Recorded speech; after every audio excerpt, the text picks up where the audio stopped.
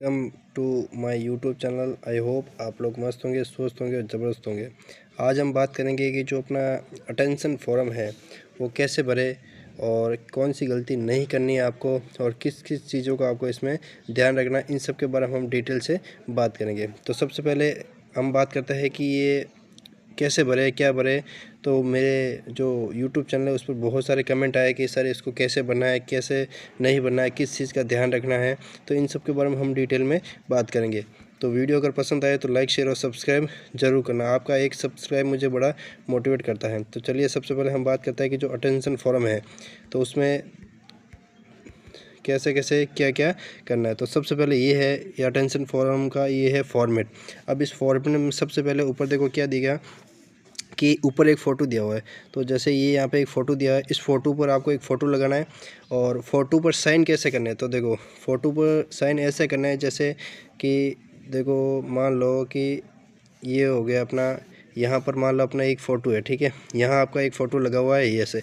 तो साइन आपको ऐसे करना है जैसे आधे फ़ोटो पर साइन होने चाहिए और आधे जो है ना बाहर होने चाहिए, ताकि जो भी जब भी वेरीफाई हो तो उस वेरीफाई में आपका कोई गलती नहीं हो। दूसरी चीज़ ये है कि फ़ोटो एकदम क्लियर होना चाहिए, कोई कैप वगैरह वाली टोपी या टोपी पहना हुआ ऐसा ब्लर वाला फ़ोटो नहीं होना चाहिए, फ़ोटो एकदम क्लियर होना चाहिए। अब बात करते हैं सबसे पहले पॉइंट पर, हम बात करते हैं कि पहला पॉइंट क्या है। तो पहले पॉइंट में हमने देखा था कि एक देखो पहले पॉइंट पे है नाम, सरनेम, रोल नंबर और मेरिट नंबर। तो सबसे पहले है नाम। तो अपना जो भी नाम है वो आप भर दीजिए।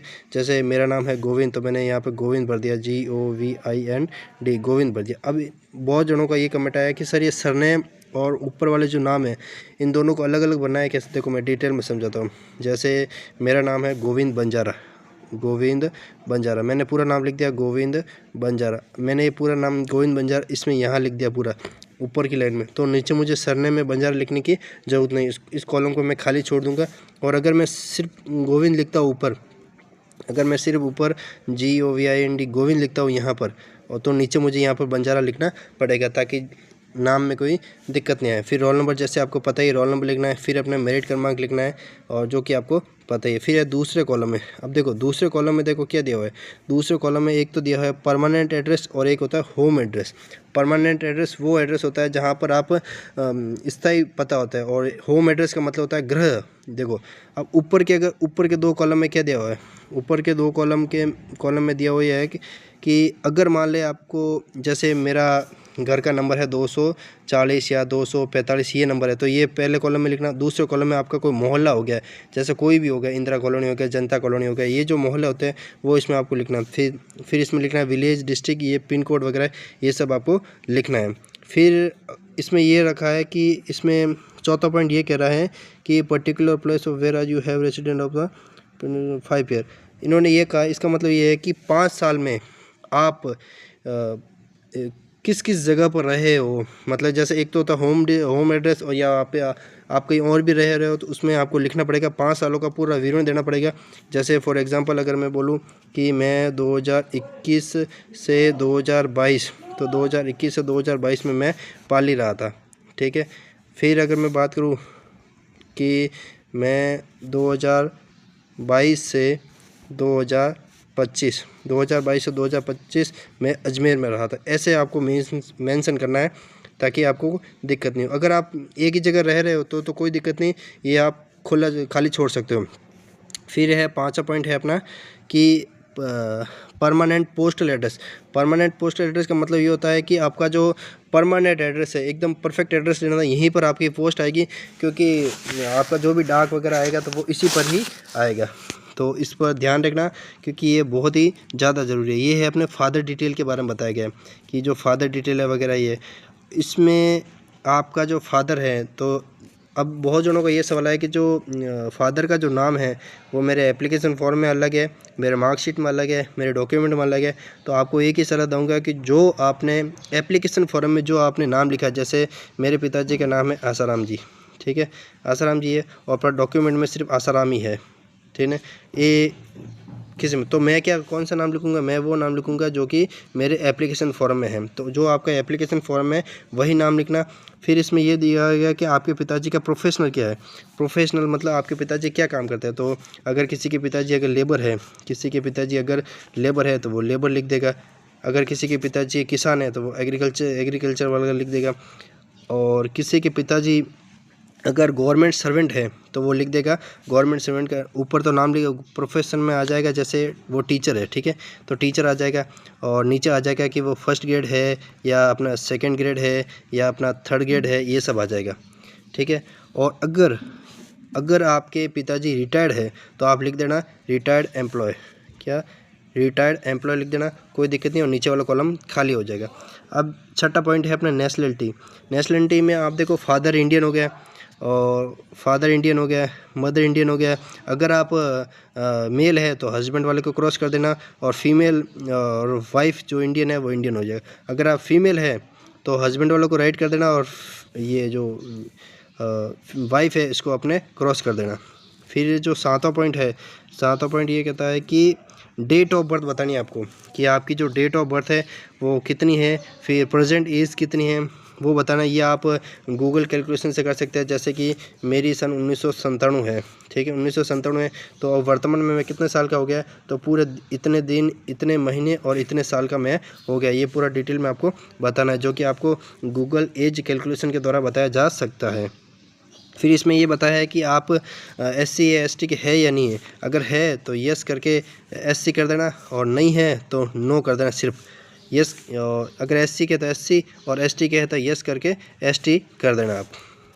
फिर अपना कौन सा पॉइंट है, 10वां पॉइंट। 10वें पॉइंट में आपको ये बताना है कि आप 15 साल की उम्र तक कौन कौन 15 साल की उम्र तक आपने कौन कौन से वो किए, या 15 साल की उम्र के बाद आपने कौन कौन से जो एजुकेशन के उसके बारे में आपको बताना। जैसे मैंने 15वें साल मैंने 10वीं की, मान लेते हैं मैंने 15वें साल 10वीं की, जो कि मैंने की है 2015 से लगाकर 2016 तक मैंने 10वीं की। डेट लिखनी है प्रॉपर। अगर आपको डेट नहीं मिल रही है तो आप अपने स्कूल में जाकर पता कर दीजिए, क्योंकि डेट आपको लिखनी है फ्रॉम से लगाकर एंड तक।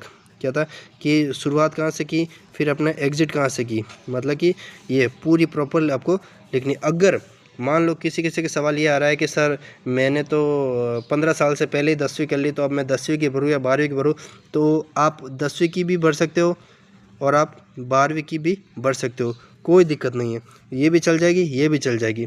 पर मेरा तो ये मानना है कि आप 10वीं की एक बार भर ही दो, नहीं भी भरोगे तो कोई दिक्कत नहीं, पर भर देना, क्योंकि उसमें जो डेट ऑफ DO भी होती है वो उसमें एकदम परफेक्ट मेंशन होती है, ठीक है ना, तो आप ये कर सकते हो।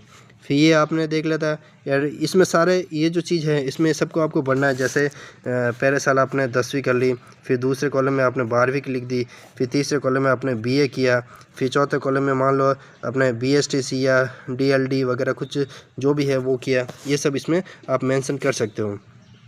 फिर अपना 11वां पॉइंट है कि if you have any time be employed given. अगर आपने कहीं पर भी काम किया हो, जैसे छोटे मोटों के दुकान पर काम किया हो तो वो तो चल जाएगा, उसमें आपको कोई भरने की ज़रूरत नहीं। परंतु आपने किसी प्राइवेट कंपनी से अगर कोई काम किया है, अगर आपने किसी प्राइवेट कंपनी से काम किया जहाँ पर आपको PF भी करती थी, प्रॉपर सैलरी पैकेज भी मिलता था या प्रॉपर सैलरी करती थी, तो आपको इसमें पूरी जानकारी मेंशन करनी पड़ेगी, ताकि क्योंकि आपका जो अकाउंट है वो प्राइवेट कंपनी में लिंक है, आपकी PF भी कटती है, तो क्योंकि आपका जो SR है, SR का मतलब होता है सर्विस रिकॉर्ड, तो उसमें भी सर्विस रिकॉर्ड होता है, तो वो सर्विस रिकॉर्ड आपको इसमें बताना पड़ेगा कि मैं कब से कब तक, फ्रॉम से लगाकर टू तक, फ्रॉम यहाँ से यहाँ तक अपन को बताना पड़ेगा कि मैं यहाँ से यहाँ तक मैं इस कंपनी में जॉब करता था।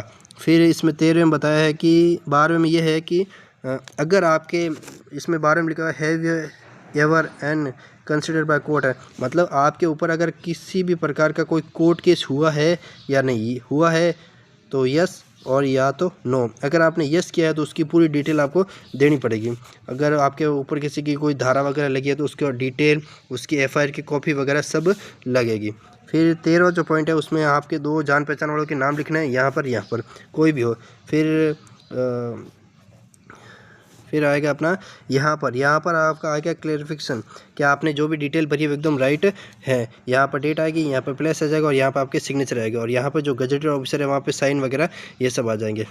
यहाँ पर अपने जो गजेटेड ऑफिसर है उनके साइन वगैरह आ जाएंगे, यहाँ सील लग जाएगी, और यहाँ आपके नाम, यहाँ फादर नेम और ये सब आ जाएगा। तो अगर आपका अटेंशन फॉर्म से रिलेटेड कोई भी क्वेश्चन हो या वीडियो अगर पसंद आया हो तो आप एक बार सब्सक्राइब ज़रूर करना, ताकि मुझे भी थोड़ा मोटिवेशन मिले अगला वीडियो बनाने के लिए। जय हिंद दोस्तों।